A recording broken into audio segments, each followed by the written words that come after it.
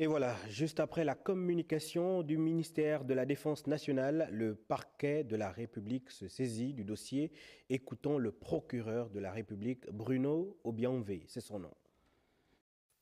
Dans le souci d'éclairer l'opinion nationale et de garantir l'état de droit, le parquet de la République informe de la survenue d'un incident de plus au sein de nos forces armées.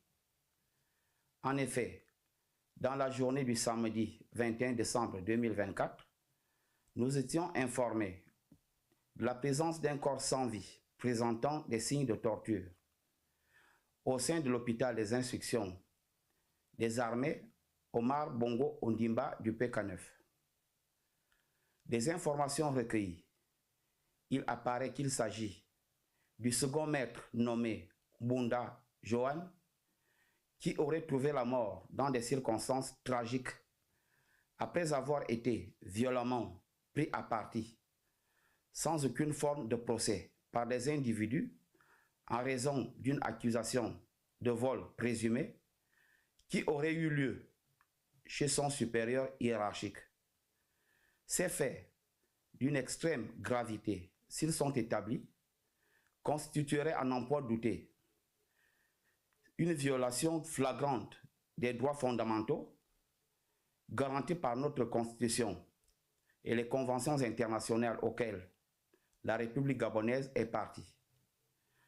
À la suite des exactions commises il y a quelques semaines sur plusieurs compatriotes, rasés de façon humiliante du fait de la violation par eux des heures du couvre-feu, il paraît inadmissible que les représentants de l'ordre, garants de la discipline et de la justice, puissent se rendre coupables d'actes aussi barbares, violant ainsi les fondements même de notre société et de nos institutions. Ainsi, le procureur de la République, en sa qualité de garant de l'ordre public, a requis l'ouverture d'une enquête au fin que les responsables de ces actes abominables, quel que soit leur rang ou fonction, soient identifiés, poursuivis et traduits devant les juridictions compétentes. Au nom du parquet de la République, je tiens à rappeler fermement que nul n'est au-dessus de la loi.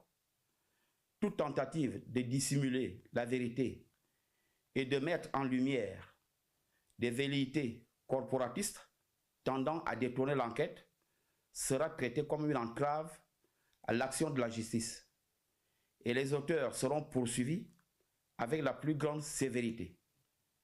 Il appartient donc à tous et à chacun d'unir nos forces contre toute forme de violence afin de préserver la dignité et l'intégrité de nos institutions. Nous ne le dirons jamais assez, force reste et restera à la loi. Je vous remercie.